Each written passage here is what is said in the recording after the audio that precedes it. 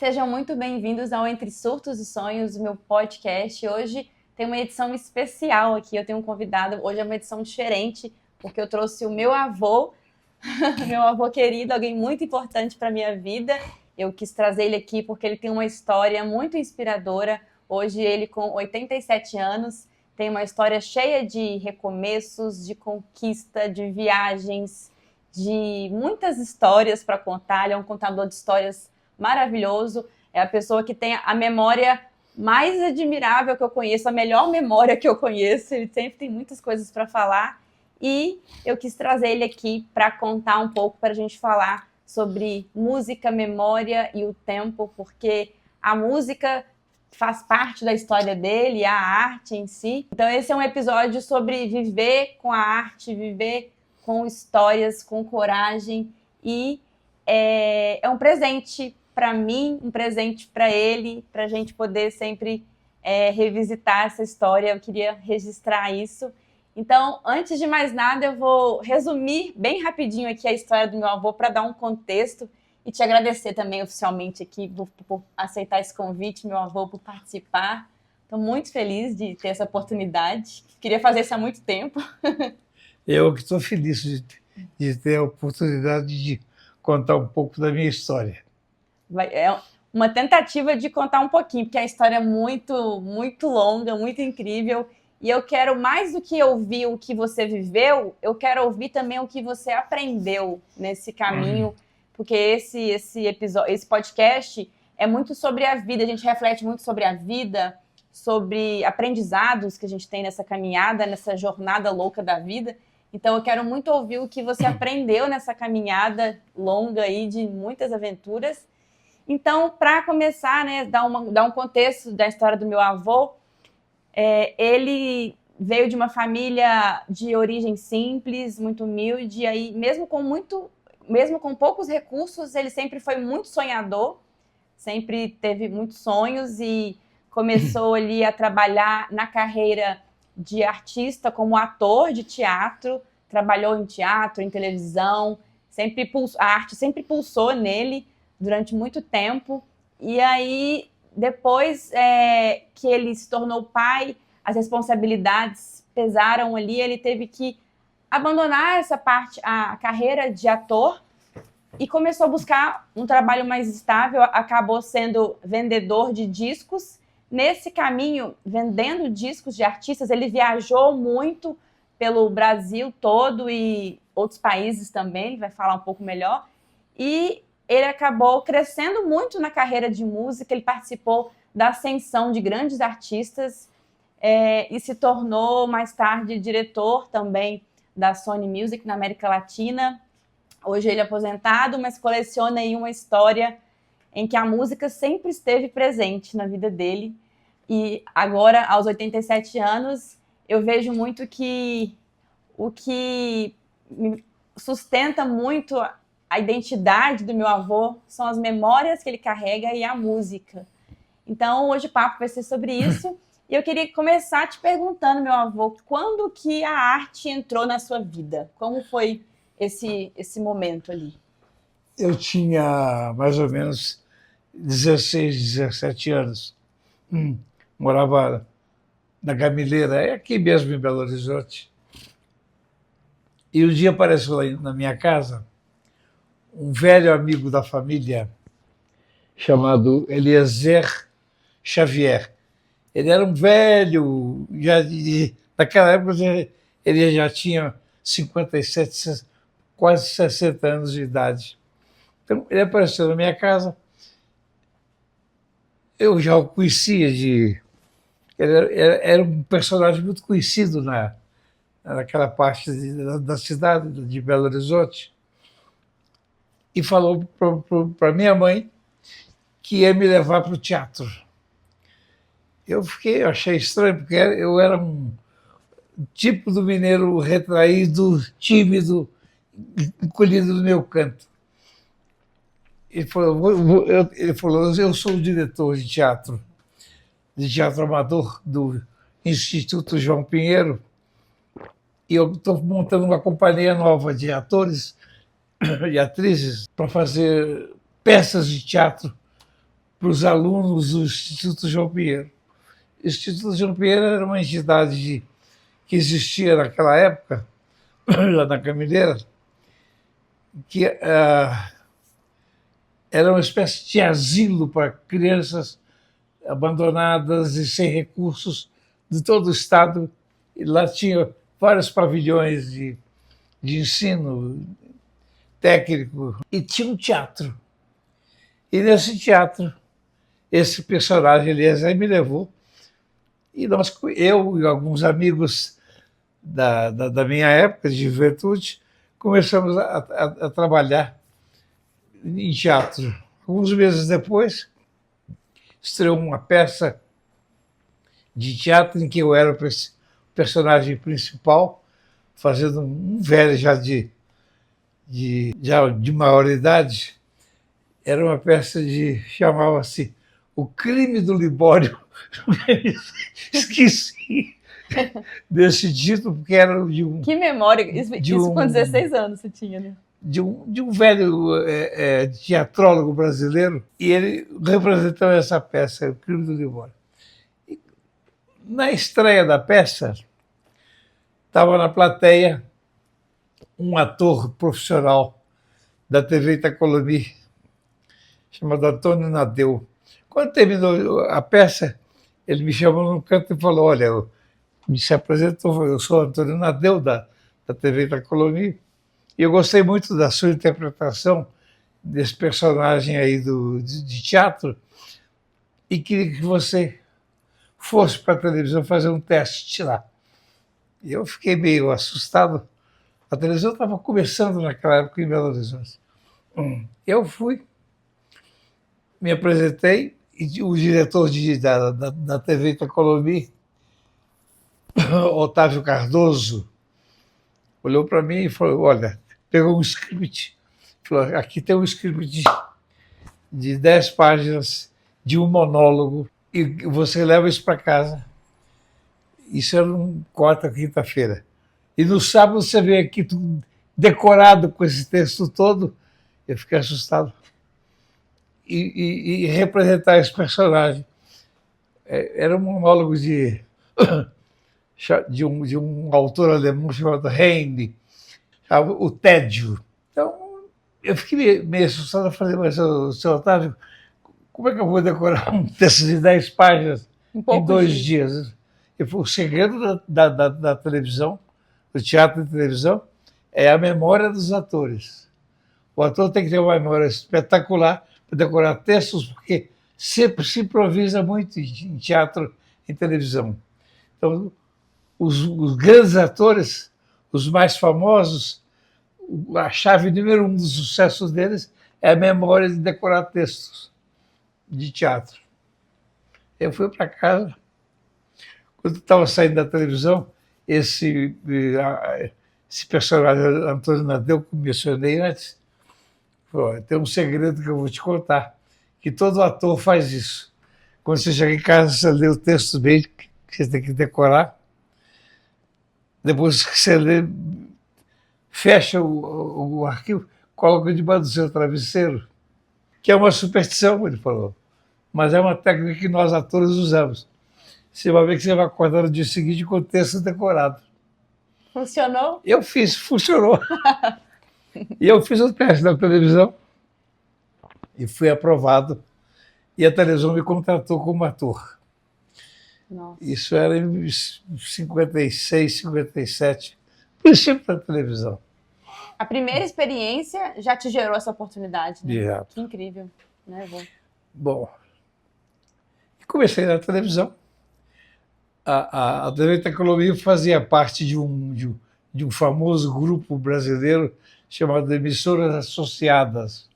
Era um grupo de rádio e televisão e jornais do Brasil inteiro, de Porto Alegre ao Amazonas. Sempre tinha um canal de televisão, ou uma emissora de rádio, ou uma revista, ou um jornal dos Diários Associados. É fundado por um cara chamado Assis Chateaubriand, muito famoso. Sim. muito famoso no Brasil nos anos 40, 50 e 60.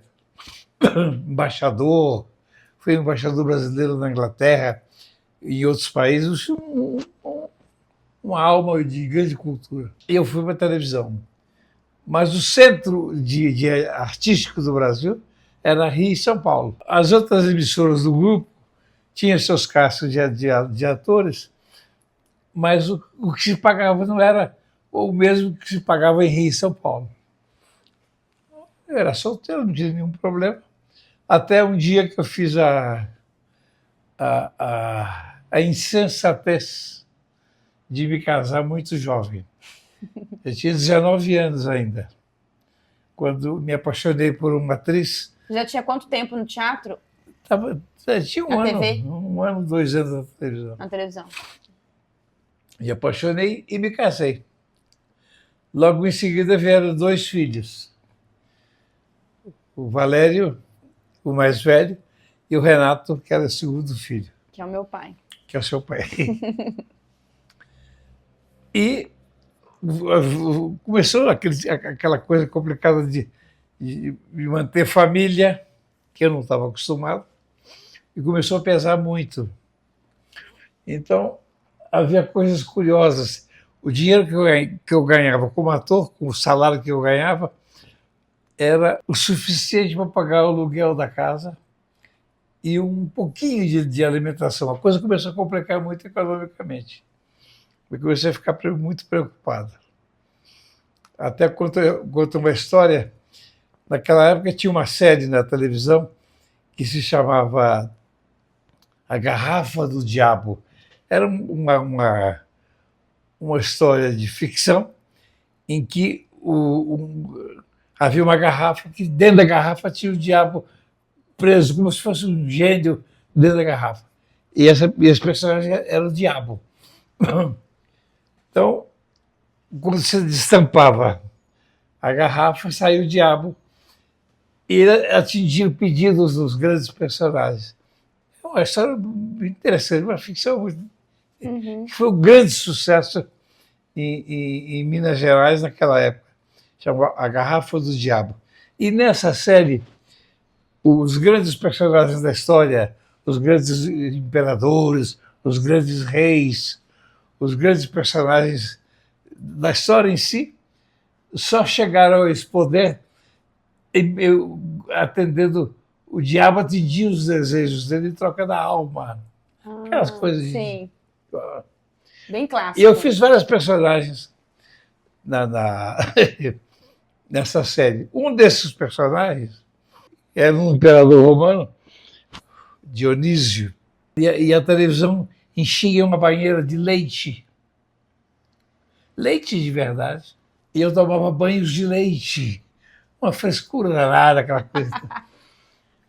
Terminava o programa, eu ia para casa de bonde, eu morava no bairro do Cruzeiro, lá em Belo Horizonte, e andava com 4 quilômetros a pé, pensando como é que eu ia comprar leite para meus filhos no dia seguinte. Nossa. Porque eu tomava banho de leite na televisão. Irônico, não? Uma ironia terrível. Nossa. Aí, assim não dá. Tentei Rio e São Paulo, saí de Belo Horizonte para fazer teatro e televisão no Rio ou em São Paulo, mas era muito fechado o ambiente, muito complicado.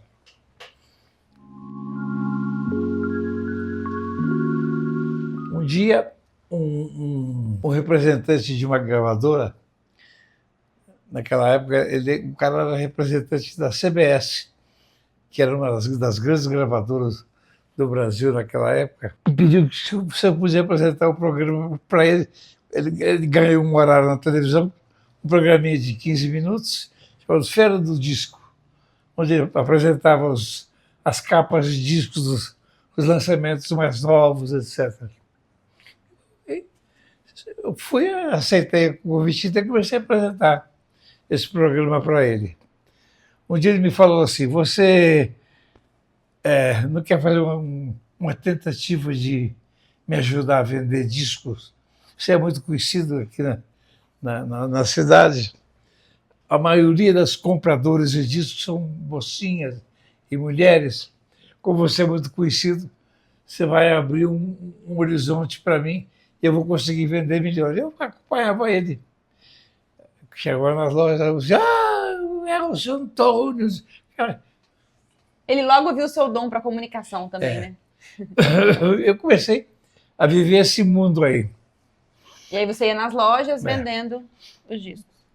E eu assessorando ele. Mas não era o que eu ganhava para fazer isso ainda não era suficiente para manter a família, porque a família estava custando caro. Aí um dos vendedores de discos da cidade, da Odeon, com quem eu fiz amizade, me chamava José de Sá, e falou: olha, eu estou deixando o meu carro, vou embora de volta para o Rio de Janeiro. Eu vim para Minas para me curada. Eu tive uma doença pulmonar séria e o clima de Belo Horizonte é propício para curar doenças pulmonares. E eu vim, fiquei aqui 3 anos, me curei e vou voltar para o meu carro da companhia no Rio. Se você quiser, eu te apresento o pessoal da Odeon, você pode pegar o meu lugar. Eu fiquei super entusiasmado, mandei uma carta para o diretor da companhia em São Paulo, vieram a Belo Horizonte, me entrevistaram e eu fui aprovado. Para o cargo? De representante, vendedor e promotor da Odeon em Minas, Espírito Santo e Estado do Rio. Eu comecei, pedi uma licença da televisão de 1 mês e fui fazer uma experiência institucional. O primeiro mês, trabalhando na Odeon como vendedor e promotor, eu ganhei 4 vezes mais do que eu ganhava na televisão. Nossa. Deixei a televisão. Mas deixei a televisão sofrendo muito, porque eu era apaixonado pelo teatro. O teatro é entra na sua alma, no seu corpo, e toma conta de você. Então, ao me afastar, era como se você estivesse tirando um pedaço de você. Tinha a família para criar. Exigiu muita coragem, né? Então, deixei. E sofri muito por isso. Mas eu tive a sorte de que eu comecei a trabalhar dentro de um ramo de atividade que era música, artistas. Sim. Então, era uma parte da arte. Sim, foi uma forma de continuar perto da arte, né? Ou dentro da arte, mas de uma outra maneira. Sim. Não, na arte, na verdade. É. Na arte. E me apaixonei. E comecei a me dedicar. Primeiro, como vendedor e promotor, fazer viagens absurdas de 30 dias de viagem. Todo o interior de Minas, viajando de ônibus, de trem, de jardineira, até chegar daqui, de Belo Horizonte, indo pelo Vale do Rio Doce, até chegar no Espírito Santo, descia o Espírito Santo, estado do Rio, e voltava para cá. Uma loucura. E essas viagens renderam histórias incríveis que a gente tem registradas no seu livro, que está em finalização, né, meu avô? Comecei a me dedicar. Tive a sorte de ter sucesso.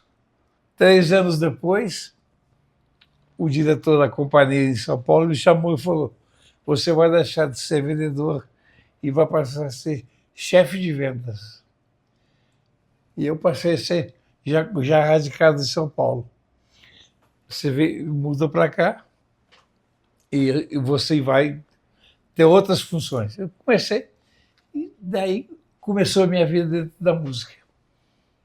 E aí, a partir daí, foram quantos anos na música? E aí, me fale os cargos que você foi crescendo, né? No meio dessa engrenagem toda, eu comecei a cada cidade que eu visitava, eu sempre vendo que é que cada região tinha de cantores novos e artistas, e comecei a descobrir talentos.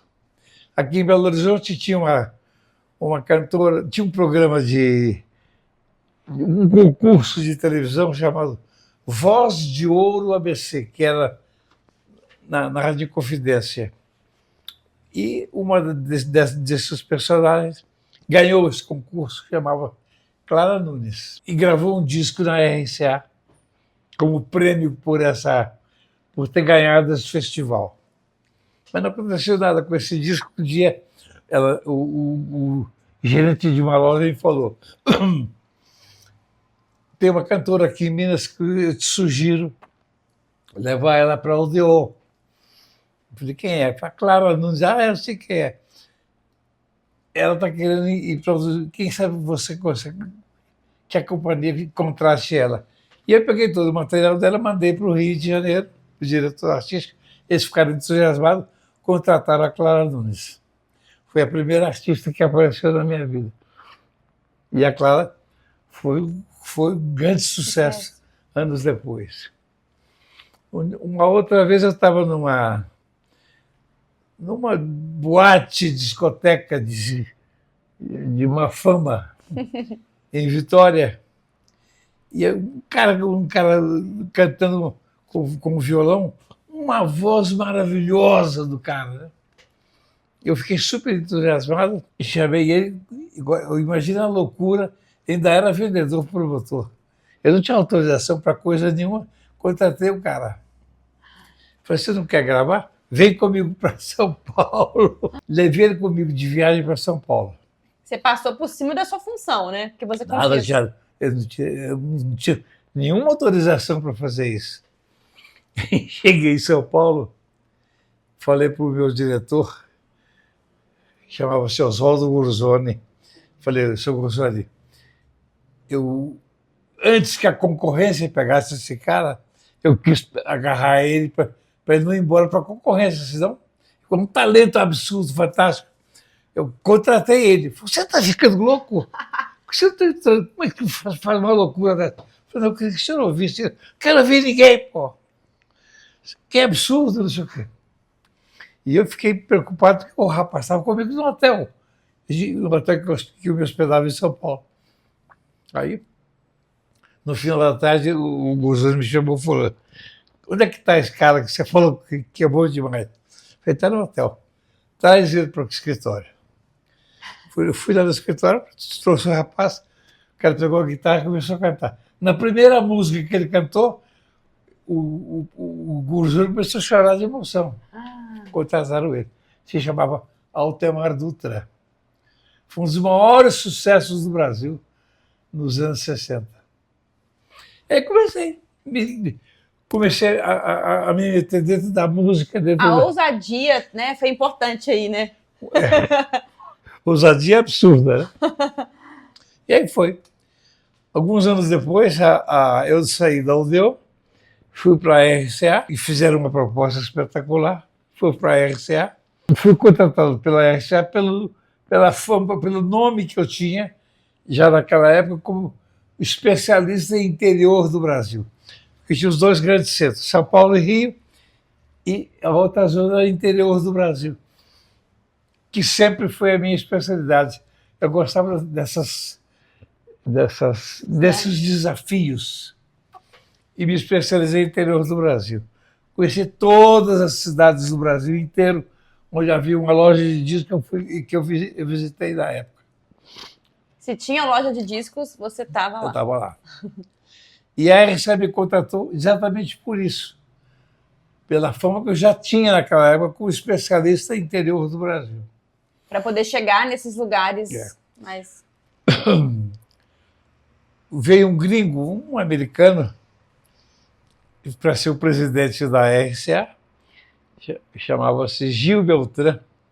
Ele era um cubano-americano muito simpático, um cara bem misterioso, todo, parecia um cavaleiro negro, todo de preto, camisa preta, gravata preta, todo de preto. Me contratou e falou: você vai ser o nosso gerente de interior do Brasil. Você tem alguma petição especial para me fazer? Eu falei: eu posso triplicar as vendas da RCA no interior do Brasil se você me der liberdade de fazer o que eu quero fazer. Vocês têm representantes comerciais em cada uma dessas localidades e não é uma política interessante para a indústria da música. Então, eu eram com 15 ou 16 representantes. Vocês mandam embora esses 16 representantes, indenizam eles, e eu, no lugar deles, vou colocar 40 vendedores, pagos pela companhia, ganham uma comissão menor, e garanto que eu triplico as vendas do interior do Brasil. Não deu outra, não só triplicou as vendas, eu quadripliquei as vendas da RCA naquela época do interior do Brasil. Nossa. Um dia, eu fiquei, cara, já me olhava com outros olhos. Né? Eu fiz o desafio e ganhei. Em quanto tempo foi esse desafio? Um ano e pouco. Ele me chamou um dia na sala dele e falou assim: você fala inglês? Eu falei: não, Gil. Fiz um ano de cultura inglesa em Belo Horizonte, mas não falo nada de inglês. Coçou a barba. E espanhol? Eu falei: não, o brasileiro pensa que fala espanhol, mas eu mais ou menos arranho qualquer coisa. Ele falou: tá bom. Você vai ser o novo diretor internacional da RCA. Eu fiquei assustado. E eu te dou um ano para você aprender inglês e espanhol, ou te mando embora. Escolhe os professores que você quiser. As duas línguas? Mas desde um ano você tem que estar falando inglês e espanhol fluente, porque esse cargo exige isso. Eu topei. E comecei a me dedicar. Eu trabalhava de 9 da manhã às 6 da tarde. Às 6 da tarde chegava um professor de inglês lá na própria companhia. E aula, e mais aula, e aula, e mais... E assim foi. Como que o desafio move a gente? Só inglês. Espanhol, nada. Como diretor não era diretor ainda, era gerente internacional da RCA, eu comecei a trabalhar e a lançar discos internacionais, como se fosse um diretor artístico, mas do repertório mundial da RCA internacional. Então, os catálogos da Espanha, da Europa, da Itália, dos Estados Unidos, qualquer parte onde eu tinha uma companhia, eu recebia amostras dos discos que eles lançavam, eu fazia uma seleção do meu gosto pessoal e lançava no mercado brasileiro, coisa que podia acontecer ou não. Começou a funcionar bem. Uma das coisas que a RCA fazia, a RCA distribuía no Brasil a etiqueta Som Livre, que era da TV Globo, e eram sempre discos de trilha sonora das novelas da Globo. Cada gravadora mandava para Som Livre o que eles achavam que funcionaria numa novela, e o pessoal da sonoplastia, os diretores técnicos e musicais das novelas incluíam as músicas dentro das novelas da Globo, que era um sucesso fantástico no Brasil naquela época. Um disco de trilha sonora de uma novela chegava a vender 1 milhão de cópias. Era uma oportunidade. Que era uma coisa fantástica. Uhum. E eu comecei a fazer amizade com os sonoplastas e técnicos que colocavam as músicas das novelas. Fiz amizade com eles e comecei a colocar música aqui, música lá. Mas eu tinha uma concorrência grande de outras gravadoras. Então, para me ter essa equipe do meu lado, eu comecei a contratar esses personagens para fazerem produções para mim no departamento internacional da RCA. Que personagens? Como assim? Sonoplastas. Sonoplastas. Então, eu falava com um deles: faz uma seleção do Elvis Presley, grandes êxitos. Eu te pago uma comissão pelas vendas. Aí comecei a fazer, os caras começaram a entrar na minha onda. Né? Então, eu colocava a música com muita facilidade nas novelas da Globo. Um dia, um desses diretores de musicais da Som Livre me chamou e falou: olha, vai ter um uma novela que a Ação Livre vai gravar, que a Globo vai fazer, em Buenos Aires. Você tem como conseguir 3 artistas da Argentina para incluir na novela? O cara vai ter que gravar em português e espanhol. Eu falei, claro, claro que eu consigo. Aí, liguei para a Argentina para falar com o cara que tinha o meu carro na RCA da Argentina. E falei com ele, olha, Granito, e chamava Ulisses Granito, um personagem gozadíssimo. Eu tenho a chance de colocar 3 artistas da RCA Argentina numa novela da Globo. Já era um sucesso muito grande na América Latina, as novelas da Globo. Quando eu falei isso para o cara ficou todo entusiasmado, falou, eu vou falar com o meu chefe, o presidente da companhia, o que a gente pode fazer? Meia hora depois que eu bati papo com esse cara, me chamou o presidente da RCA da Argentina. Peguei o telefone e falou, Viejo Tigre, como estás? Quando um argentino chama alguém de Viejo Tigre, tigre velho, né? É um sinal de reconhecimento, um personagem. Entendi. Eu fiquei muito entusiasmado. Tu ponga os artistas que quieras, esta companhia tu haz o que quieras com meus artistas. Estou muito entusiasmado com essa ideia. Olha. Aí eu falei com o meu presidente, que era esse cubano-americano, ele falou, vai para Buenos Aires e escolhe os artistas. E eu fui para a Argentina, escolhi 3 personagens para entrar nas novelas da Globo, e foi um sucesso. Vendeu 1.600.000 discos. Eu passei a ser um grande amigo da RCA Argentina. Nossa, da noite pro viraram dia. seu fã, né? É. Olha como a vida dá volta. Ah, sim. Passou uns 6 a 8 meses, esse presidente do Brasil, esse gringo que te falei, foi embora. E vinha um novo diretor para a RCA brasileira. Um dia eu estou no escritório, o telefone toca, eu atendi, era esse Adolfo Pino, que era o presidente da RCA da Argentina.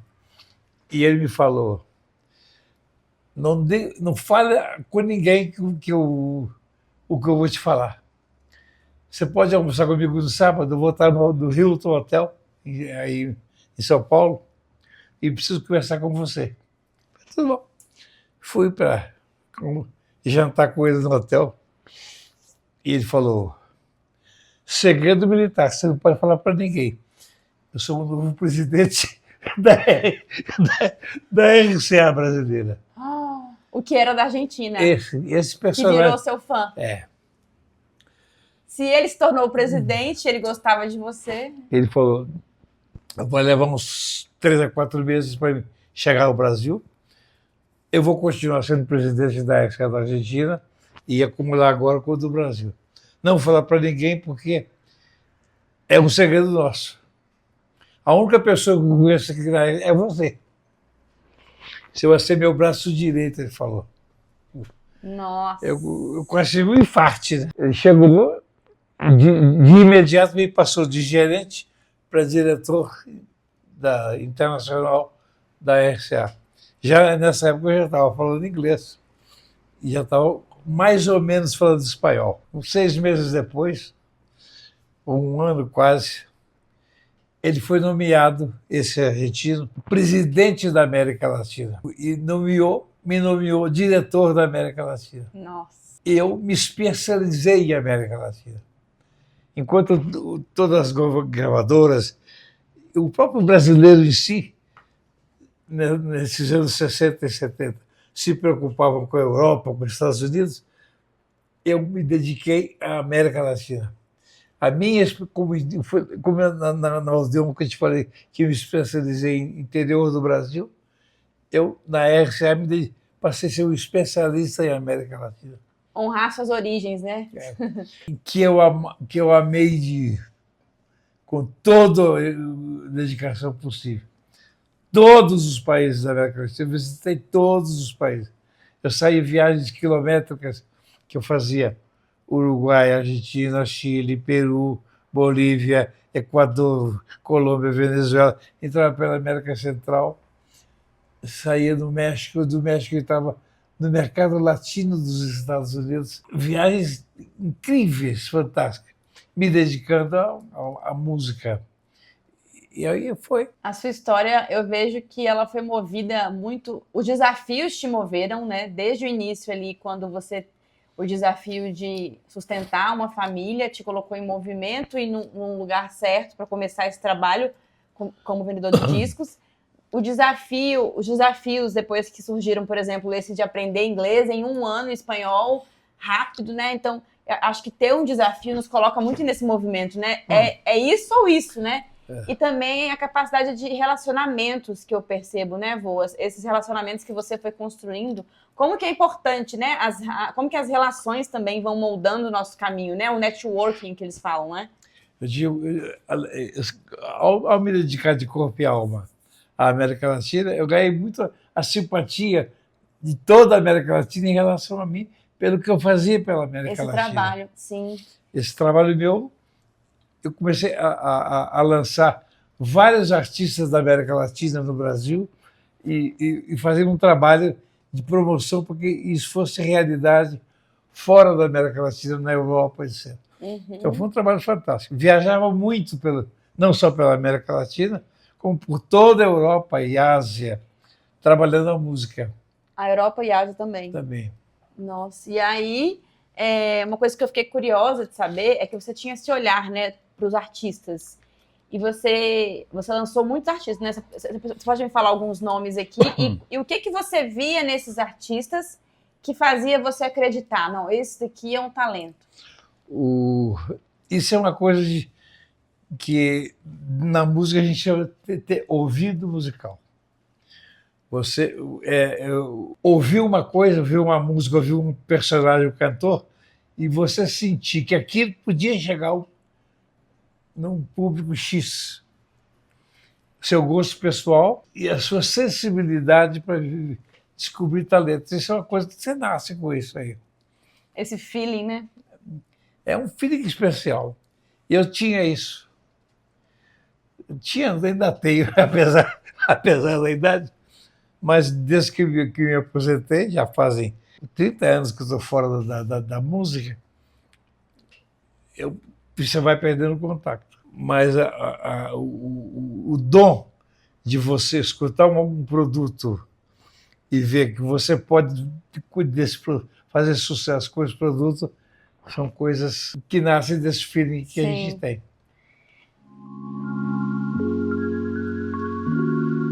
E voltando um pouquinho assim na sua história, né, quando ela estava naquela parte da maior dificuldade que você estava enfrentando ali, quando você falou que não tinha dinheiro para comprar leite, eu não quis te interromper na hora, mas assim, de onde que você tirava força nesses momentos difíceis, sabe? De onde que vinha a força assim para você continuar? Você consegue lembrar do sentimento? Isso vem da responsabilidade que você assume perante você mesmo.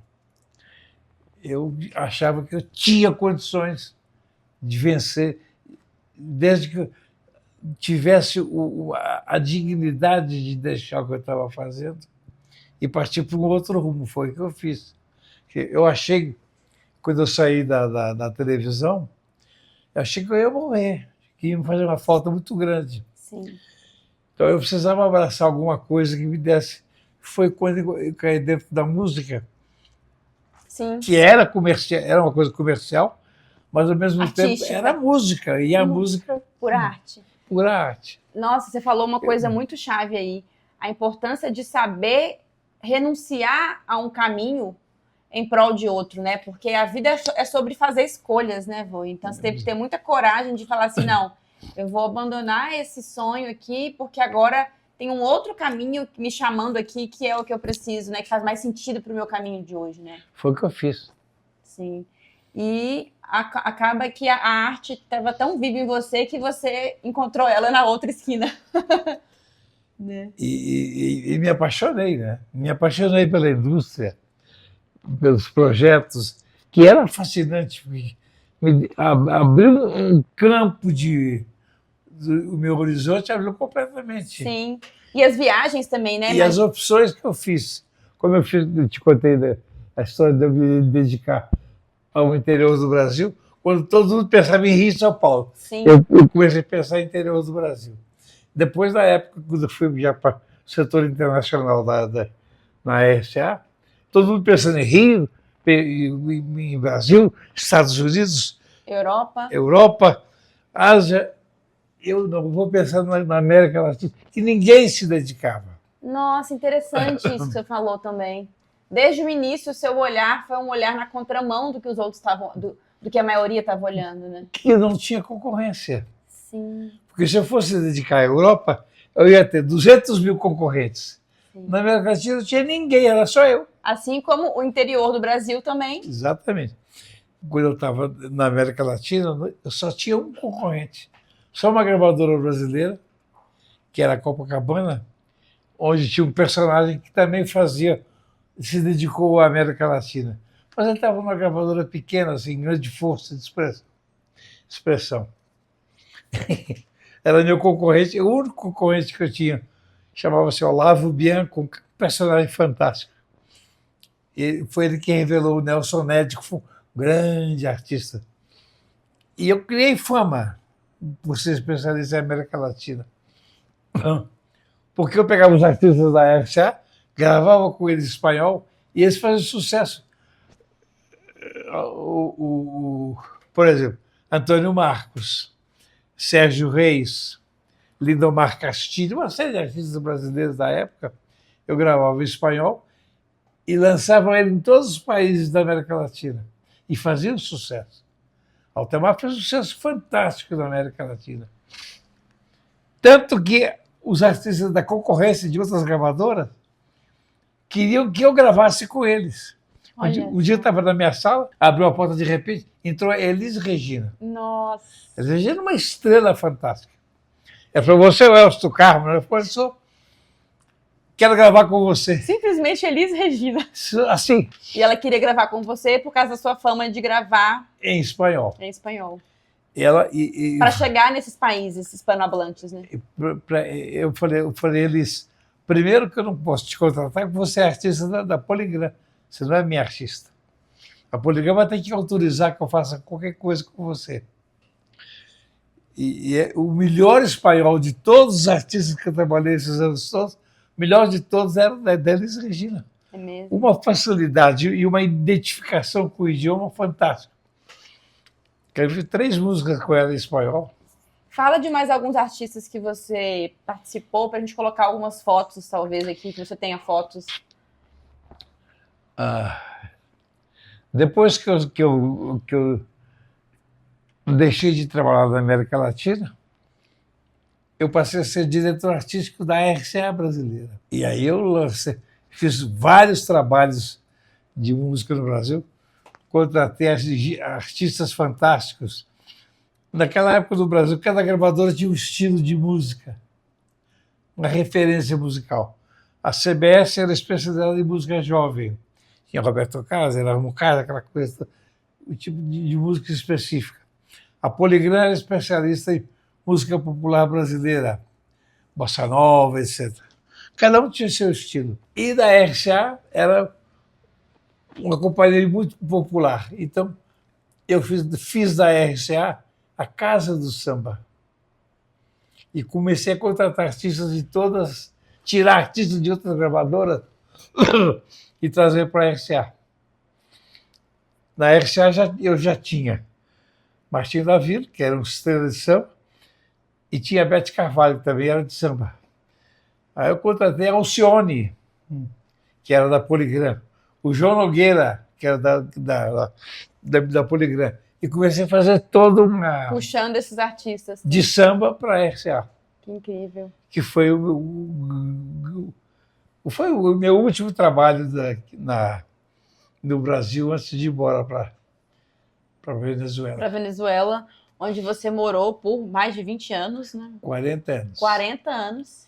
E dando um contexto para quem está assistindo, né? Depois de 40 anos na Venezuela, hoje meu avô mora aqui em Belo Horizonte novamente, voltou à cidade natal dele, E agora a vida nos deu esse presente de ter esse contato próximo com ele, porque eu cresci com ele sempre morando longe, e agora a gente está morando mais perto. Eu moro em Florianópolis, mas ele mora aqui em BH com meus pais, então a gente está tendo esse privilégio de ter ele mais perto nessa fase da vida.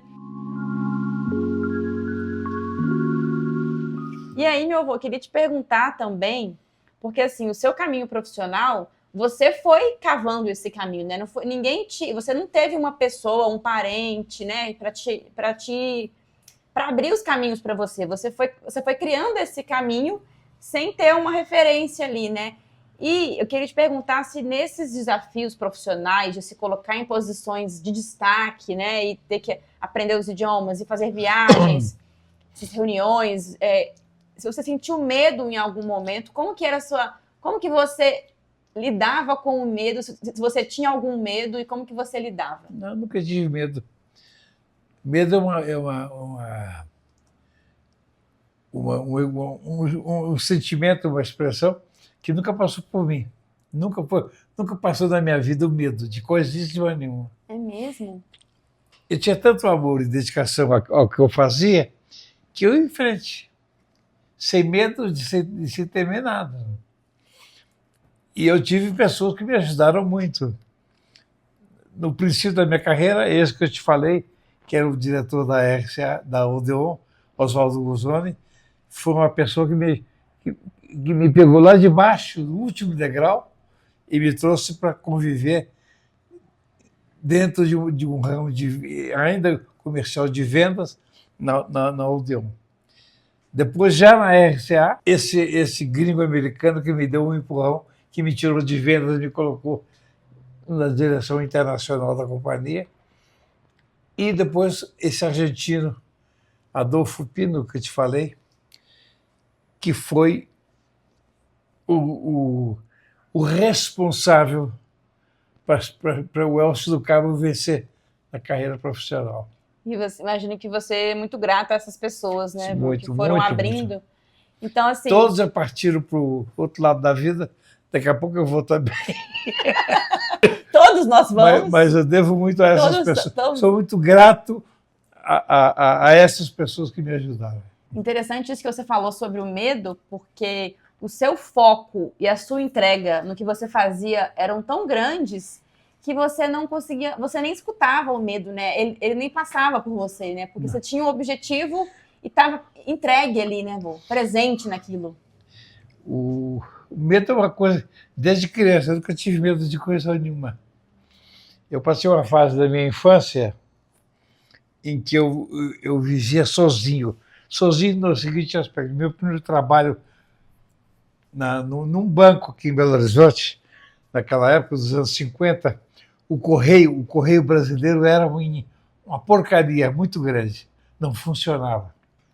Então, as grandes empresas, os grandes bancos, tinham que ter seu próprio correio para chegar aos clientes, porque você não confiava no correio brasileiro. E eu fui um desses primeiros personagens trabalhando no banco, que é uma espécie de estafeta de correio. Eu levava correspondência bancária para todas as localidades dentro de Belo Horizonte. Então eu ficava o dia inteiro sozinho, falando comigo mesmo, construindo os meus sonhos. Isso me fez ser muito amigo de mim mesmo. Que interessante. E aí não ter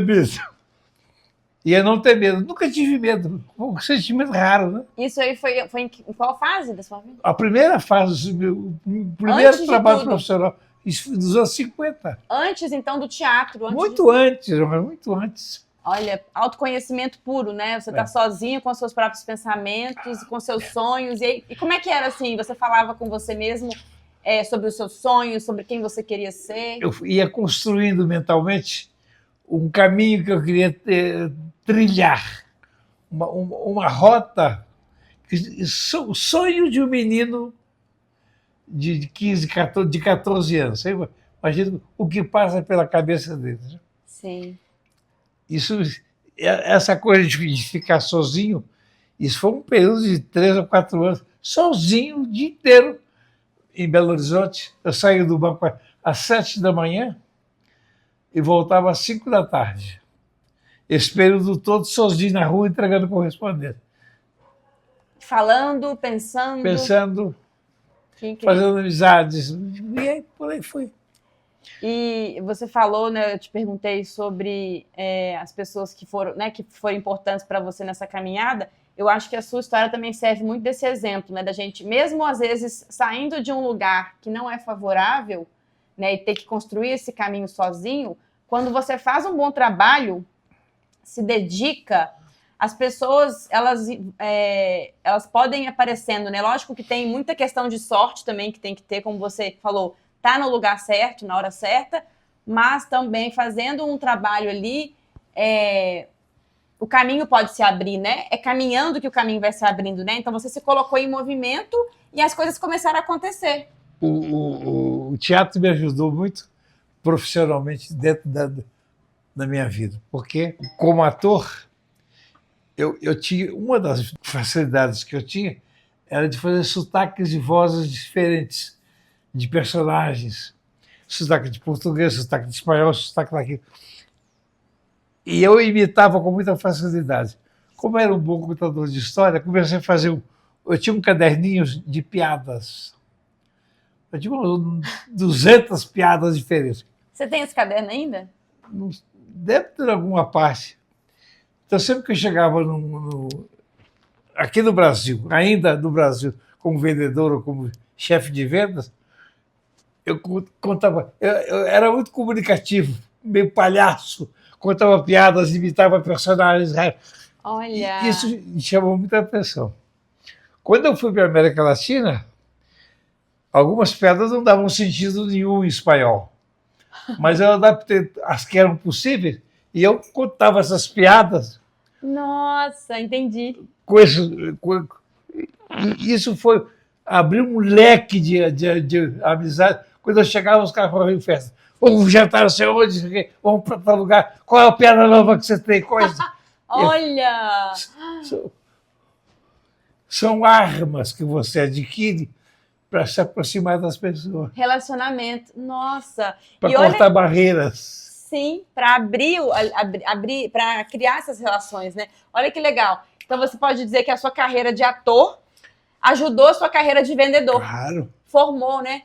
Nenhum conhecimento a gente perde, né, vô? Não. Isso que é incrível, Se né? aproveita tudo. Tudo.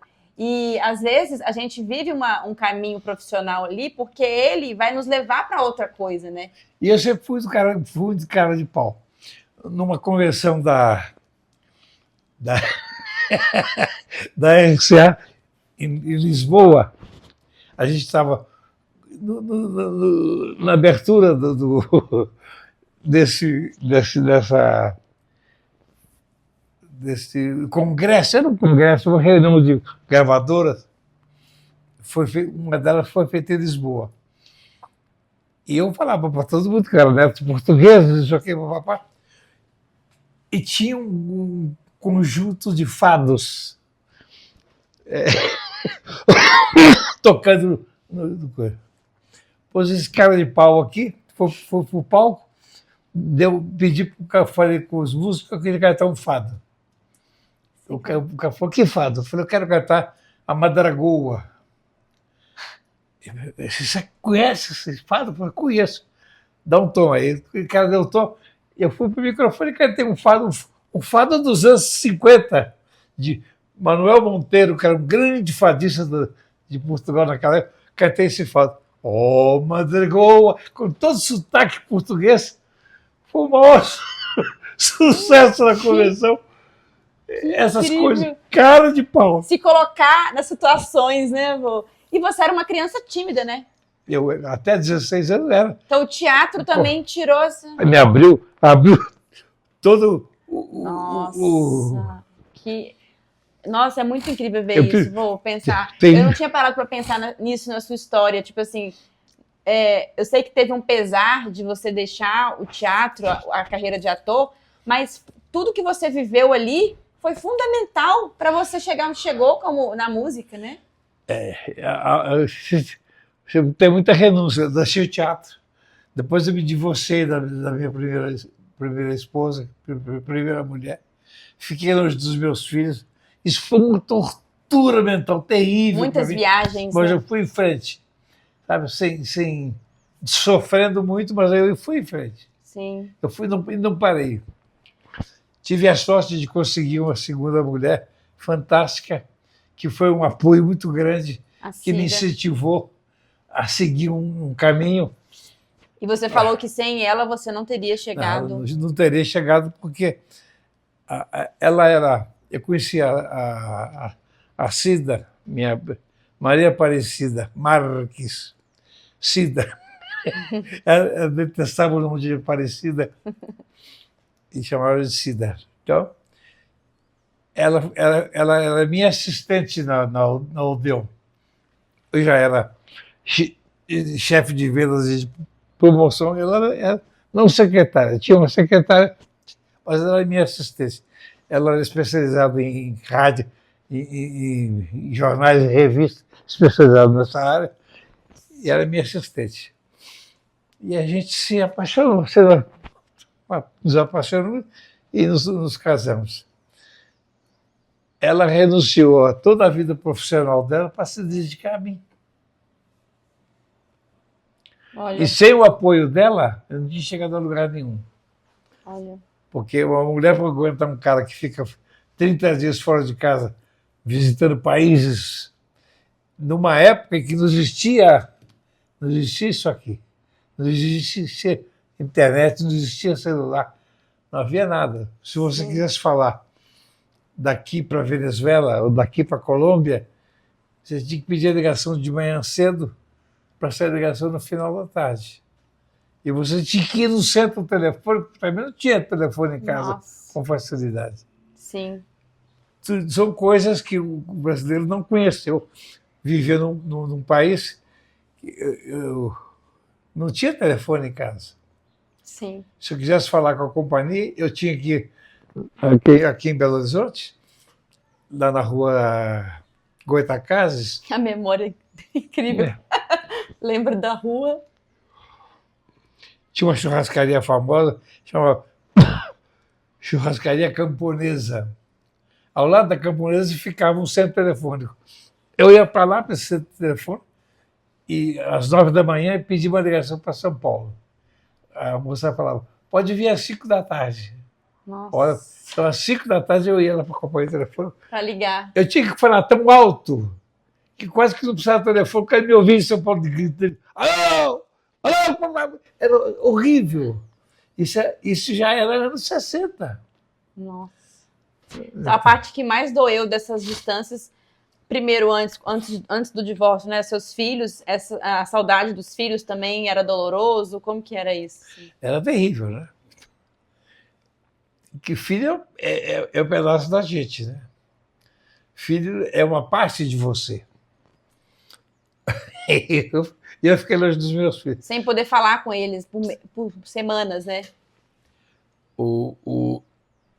Quando eu me separei da minha primeira mulher, eu vinha todo fim de semana de São Paulo a Belo Horizonte de carro. Saí de São Paulo sexta-feira à noite, pegava a estrada, a Belo Horizonte, São Paulo. Como é que chama essa BR? Esqueci o número, tinha um número BR, não sei o quê. Uhum. E passava o fim de semana aqui com meus filhos. Isso só complicou quando eu fui embora do Brasil. Então tiveram renúncias nesse caminho, né, Vô? O sucesso profissional veio, as conquistas, né, vieram, mas tiveram muitas renúncias ali, de convivência com a família, né? Você tem que saber renunciar. É. Você sair, quando eu saí da RCA, eu montei uma gravadora nova, que já não existe mais, que se chamava Arca Som. Era do jornal famoso do Rio, chamado O Dia. Foi um jornal. O dono do jornal queria montar uma gravadora, eu coloquei. Mas nos primeiros 6 meses eu achei que não ia dar pé. O cara tinha uma cabeça louca, não conhecia o mercado da música, não queria gastar. No mercado da música, você grava 5 artistas, um deles pode fazer sucesso, mas o que você investiu nos outros perde. Você ganhava o lucro da companhia daquele que foi sucesso. Isso acontece muito na música. Uns 6 meses eu achei que não ia dar pé. Falei, acho que vou ter que ir embora. Mas eu preciso ir antes, eu preciso fazer um sucesso aqui para não... Gravei como Vando. Vando foi um cantor brasileiro muito famoso. Gravei uma música chamada Chora Coração, que eu meti numa novela da Globo. Foi um sucesso fantástico. Aí eu renunciei a essa companhia e fui embora. Deixei um sucesso em cima. As renúncias, né, que você comentou. E as viagens... Eu tive uma proposta da Venezuela, que era para ser diretor da Odeon lá na Venezuela. E eu fui. E a Cida me acompanhando. Da Odeon para a Sony, como que foi? Porque eu falei da Sony no começo. E eu te conto a história. Quando eu estava na Odeon, que eu cheguei na Odeon na Venezuela, ela estava em 8º lugar, com uma participação de mercado horrível. Em 1 ano, eu levei ela para 2º lugar. Eu comecei a aplicar minhas técnicas brasileiras na Venezuela, que funcionaram.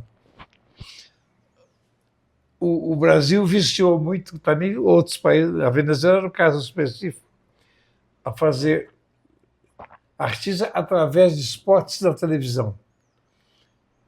Isso era o segredo deles. Mas eles se esqueciam de que a música não entra nos olhos, a música entra no ouvido. Então eu fiz uma política para valorizar a rádio, o rádio, porque o rádio era muito potente na época. Então eu ganhei apoio total das emissoras de rádio na Venezuela, porque eu não tinha dinheiro para gastar na televisão, fazendo comerciais na televisão, mas tinha a força para valorizar o rádio, que a música entra pelo ouvido. Foi um apoio total das emissoras de rádio do país. E em 1 ano eu levei a Odeon para 2º lugar. Para 2º lugar, do 8º para o 2º. Aí a CBS, vendo o sucesso que eu tinha feito, me chamou. Me fizeram uma proposta para ganhar 5 vezes o que eu ganhava na Odeon. Eu fui correndo. Né? E eu apliquei na CBS a mesma tática que eu tinha aplicado na Odeon, foi um sucesso terrível. No final da tarde, o pessoal da imprensa, de disc jockey, todos iam para minha sala na CBS. Eu dava uísque para eles e bate-papo, conversa daqui. Comecei a descobrir os artistas da concorrência que queriam gravar comigo.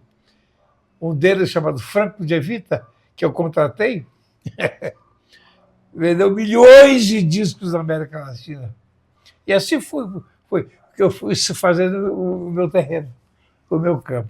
Você vendo toda a sua história, parece que você nasceu para isso mesmo.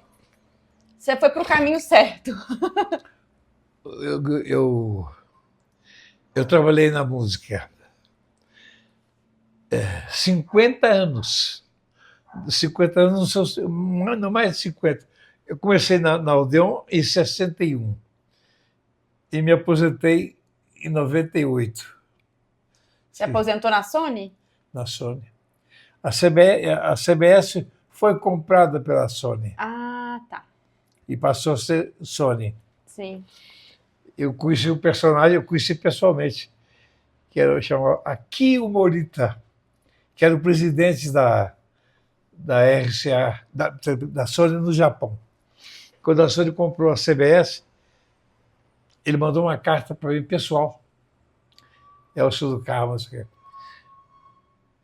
que a Sony, a maior companhia de eletrônica do mundo, estava comprando a CBS, a maior companhia de discos do mundo.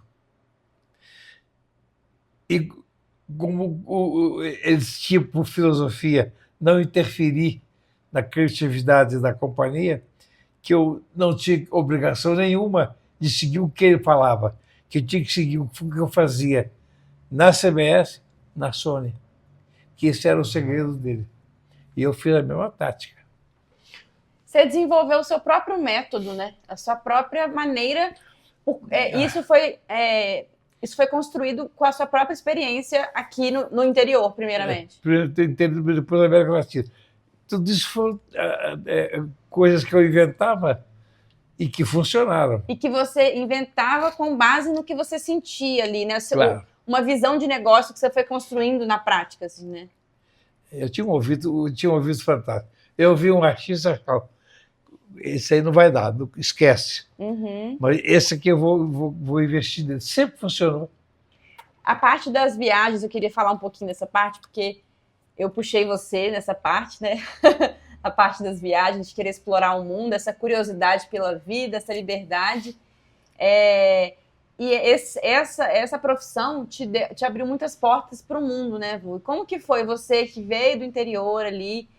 Eu acho que você, quando era menor, talvez nem imaginava que você ia viajar tanto, ou já imaginava, já tinha esses sonhos grandes, porque se você tivesse seguido a carreira de ator, talvez você não ia ter tido tantas oportunidades de viagens como você teve, né? Então, como que foi essa parte das viagens? Como que isso abriu a sua visão para o mundo, assim, sabe? Como que foi essa sair dessa bolha e ver o mundo? O mundo foi abrindo, como se fosse um caminho. Abria, eu entrava, sem medo.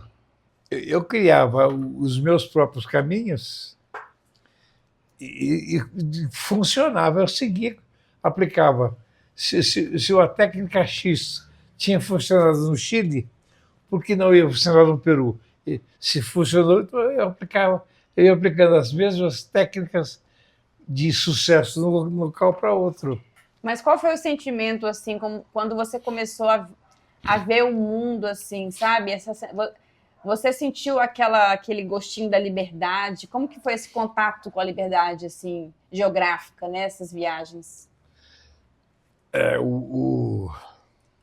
Esse personagem, Adolfo Pino, esse argentino que eu te falei, ele era fantástico, porque ele falava: você tem que visitar o maior número possível de países e pegar o conhecimento deles que funcionou e trazer com você para aplicar dentro do Brasil ou do país que você estiver dirigindo.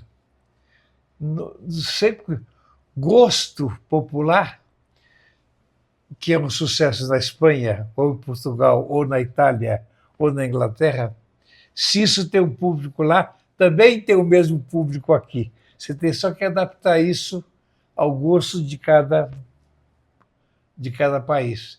E foi a técnica que eu aplicava, exatamente os conselhos dele. Sim. Então, eu ia na Espanha, tinha um sucesso muito forte, mas estava cantando em espanhol. Eu pegava esse artista, tentava gravar com ele em português. Se não funcionava, eu gravava em inglês, funcionava. E eu aplicava no Brasil a mesma técnica. Alguns não aconteceram nada. Outros foram um sucesso fantástico. Entendi. Mas, assim, sem ser essa parte profissional, na parte pessoal mesmo, o Elcio do Carmo pessoa, assim, ter contato com esses países, assim, como que você, qual que era o sentimento, assim, quando você começou a viajar tanto, assim, para outros países, depois que saiu do Brasil, você consegue lembrar um pouco da sensação de expansão, sabe? Aquela coisa de tô expandindo aqui a minha visão de mundo. Não, nunca tive essa ambição. Eu, ao visitar um país, eu ia com uma coisa natural. É como se eu tivesse saído de Goiás e chegasse do Mato Grosso. Você não ficava encantado? Não. De estar tendo a oportunidade de ver o mundo? Eu ficava feliz da vida e procurava conhecer o máximo possível e absorver a cultura daquilo tudo. Ah, tá. Mas eu não fui com... cheguei na França. Não. É uma coisa natural. Sim. Mas eu procurava, primeiro, absorver a cultura, os hábitos daquele país. Entendi. Trazer para o Brasil ou me adaptar a eles. Você ia com esse objetivo, né? Exatamente.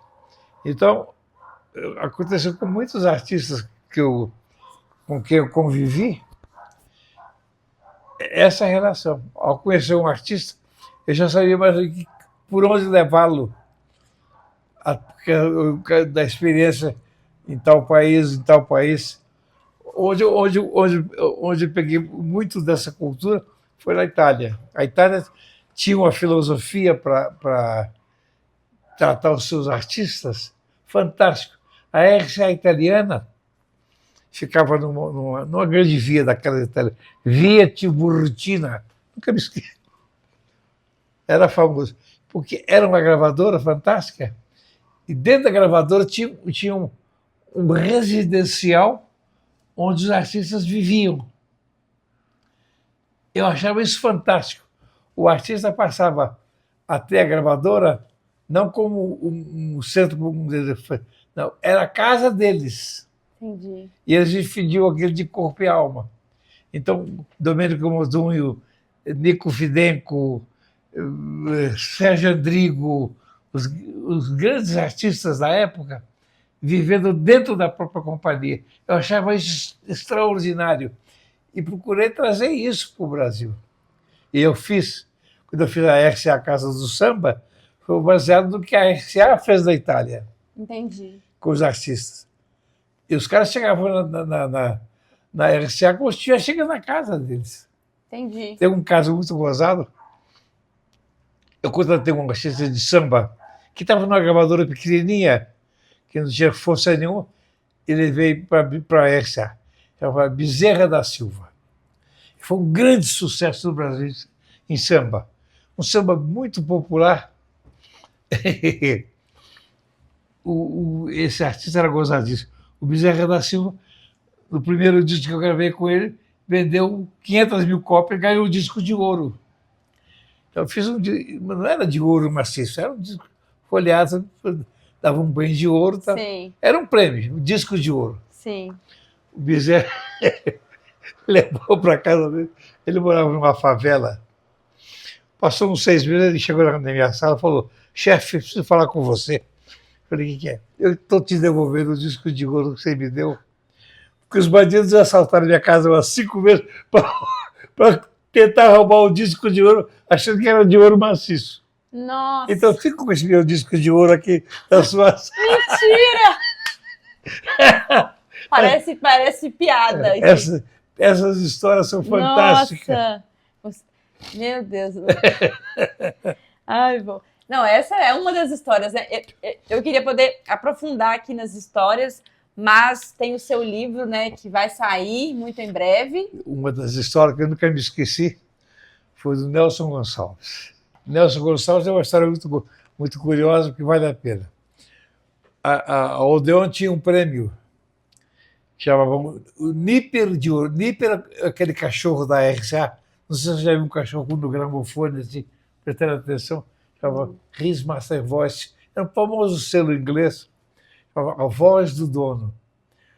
O cachorro ouvindo o dono dele e reconhecendo a voz do gramofone. Muito famosa aquela estudo da RCA. Então, esse cachorro chamava Níper. Então, a RCA, quando o artista fazia 25 anos ou 30 anos de companhia, dava um Níper de ouro para ele. Então, na RCA do Rio, já o Luiz Gonzaga, que foi um grande folclorista brasileiro, fantástico do Baião, já tinha recebido o Níper de ouro. Então, faltava Nelson Gonçalves, que era o seresteiro grande do Brasil, nos anos 40, 50, 60 e 70. Nelson Gonçalves ia receber o Níper de ouro. Ele tinha que renovar o contrato. E ele pediu um absurdo para renovar o contrato, como se fosse 10 milhões de reais para renovar o contrato, por mais 3 anos com a RCA.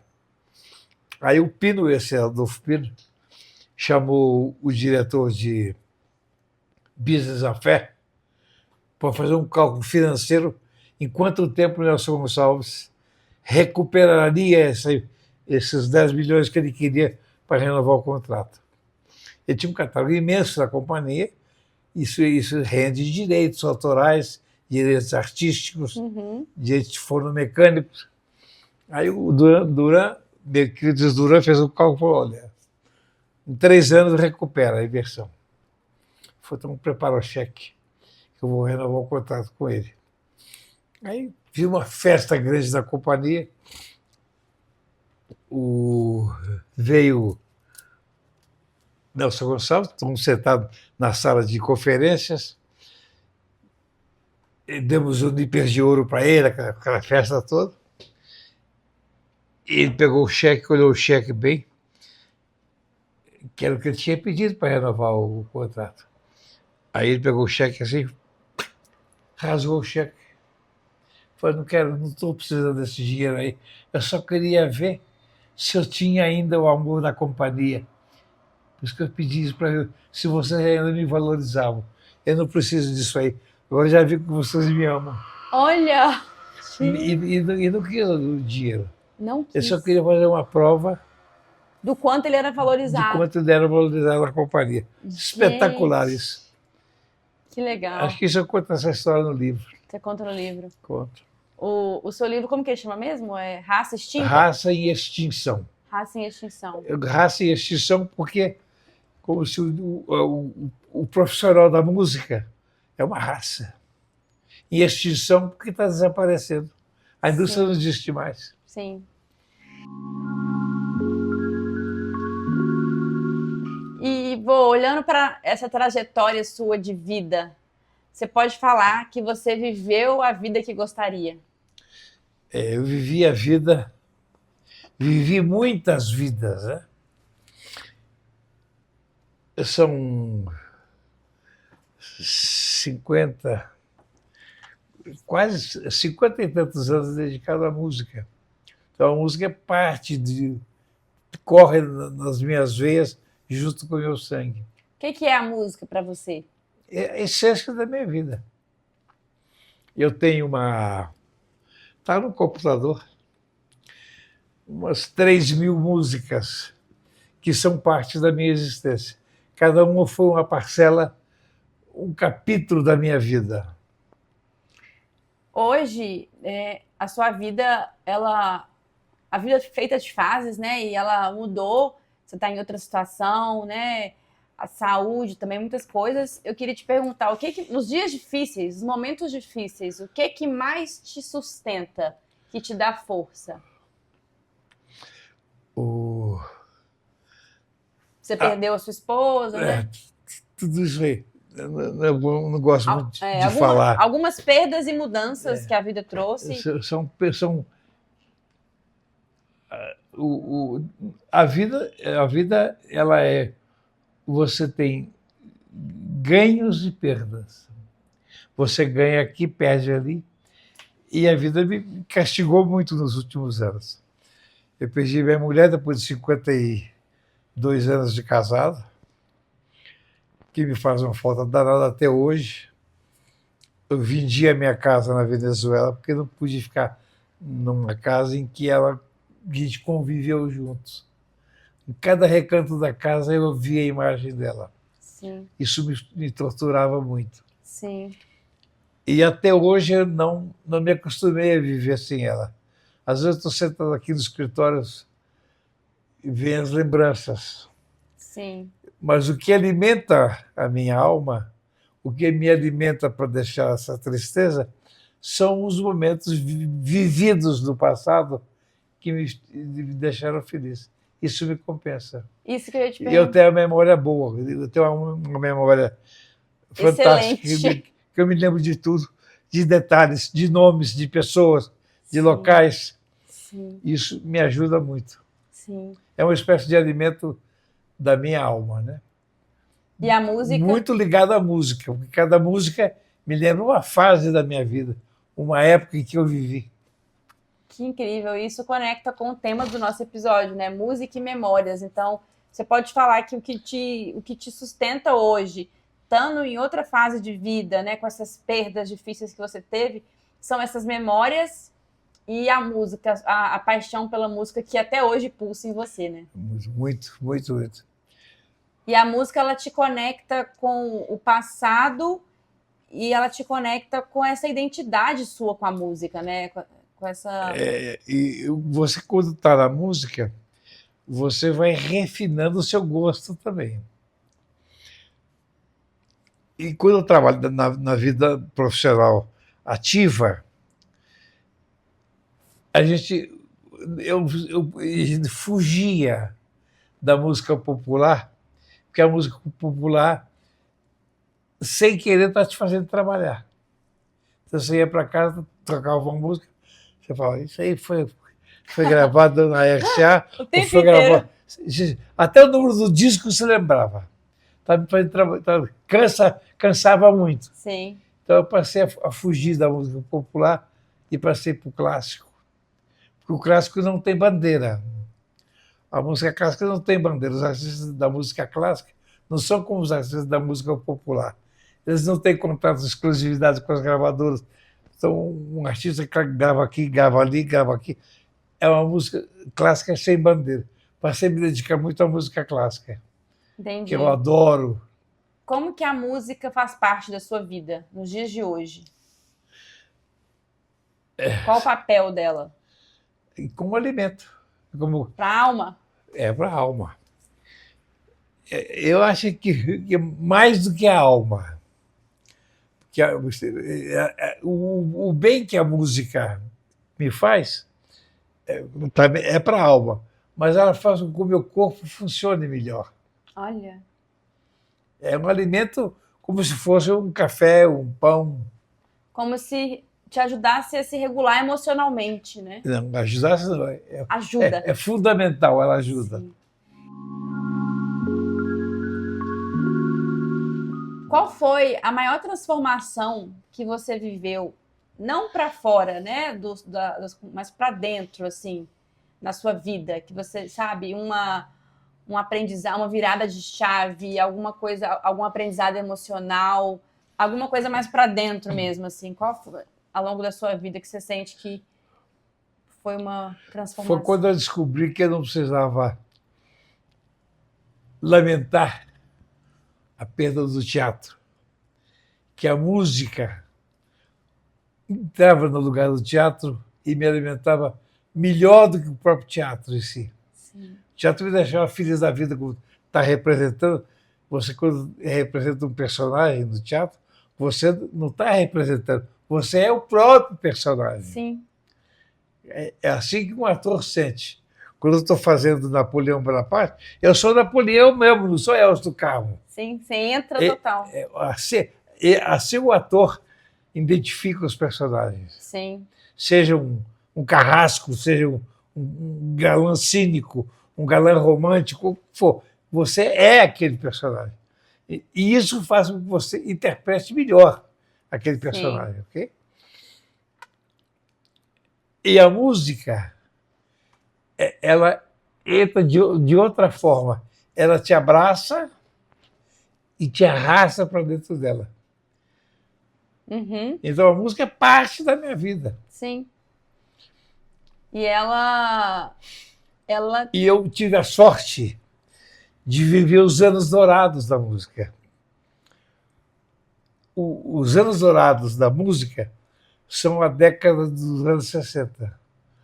Nos anos 60, a música mundial mudou, não foi só nos Estados Unidos ou na Inglaterra, mudou no mundo inteiro. Os anos 60 foram fantásticos.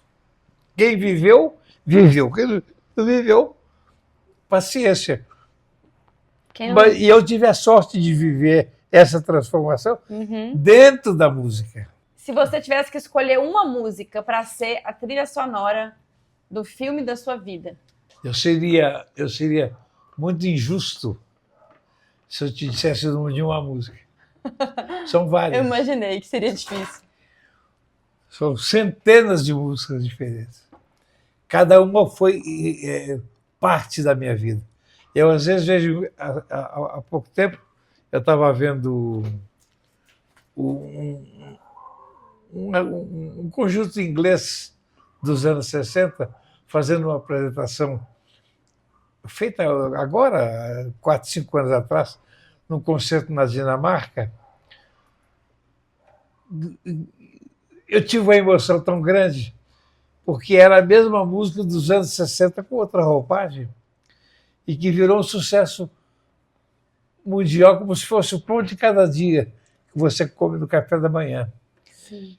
A música tem essa força. Tem esse poder de nos conectar com o sentimento que você tinha naquela época, né? Então, cada música que eu amo representa uma fase da minha vida. Eu não posso dizer que não, essa é melhor do que aquilo. Não tem.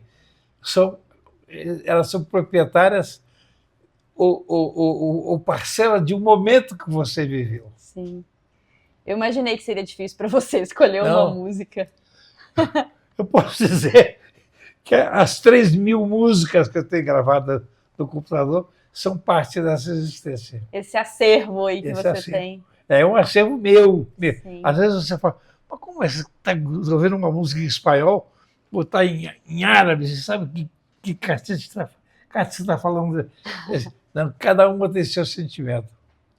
Agora, falando de memória, né, que também é o tema, quando você olha para o seu passado, você sente mais saudade com dor, tipo, sofre pelo que acabou, ou tem uma gratidão porque aquilo aconteceu? Ou é um pouco dos dois? Não tem sentimento de perda, não. Esse sentimento de perda não tem. A música, ou o momento musical,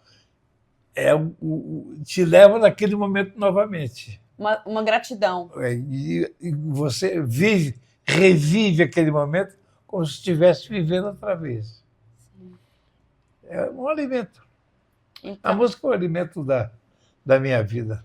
Mas assim, as suas memórias, você tem elas hoje mais como uma saudade, assim, que dói, ou que bom que eu vivi isso? Que bom que eu vivi isso. Legal. Essa... É uma gratidão por ter tido a oportunidade de ter passado por isso. De ter essa história, né? Ou seja, eu não passei pela vida em branca nuvem. Sim.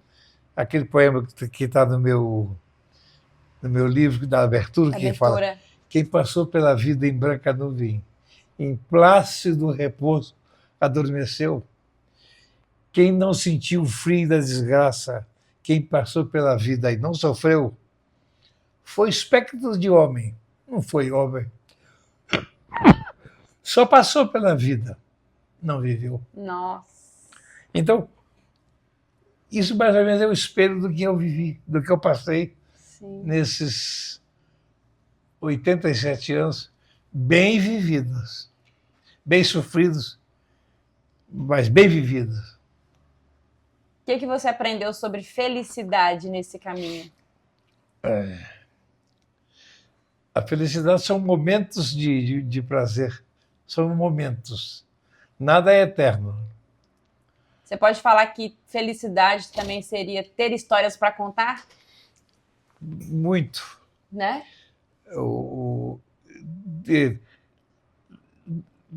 Se lembrar desses momentos de felicidade e poder contar. Sim. Ainda ter força para contar, para fazer espelho.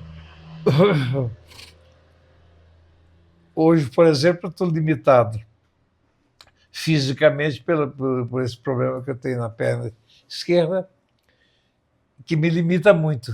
Às vezes me frustra muito não ter ainda a autonomia que eu gostaria de ter.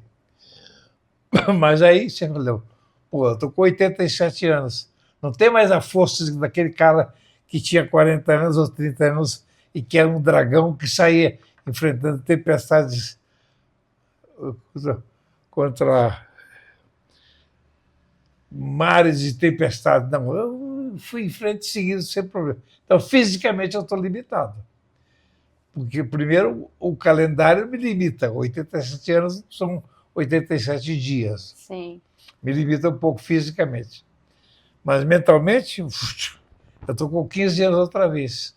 E aí entra a importância da memória para você, né, vô? Como que ela tem esse papel que, mesmo quando a saúde muda, quando o corpo muda, a sua identidade, ela tá intacta, né? Eu não sei quais são o que provoca o Alzheimer.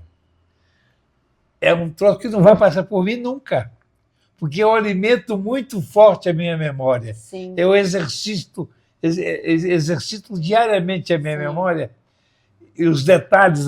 Não, é impressionante. Eu lembro dos nomes das pessoas. É melhor do que a minha, sua memória é melhor do que a minha. Isso aí é um antídoto com qualquer doença mental. Sim. Eu vou morrer, não sei quando nem como. Mas eu gosto de morrer como um passarinho. Deitei, pluft, já fui para o outro lado da vida. Amém. Porque, que assim seja. eu gostaria que assim fosse.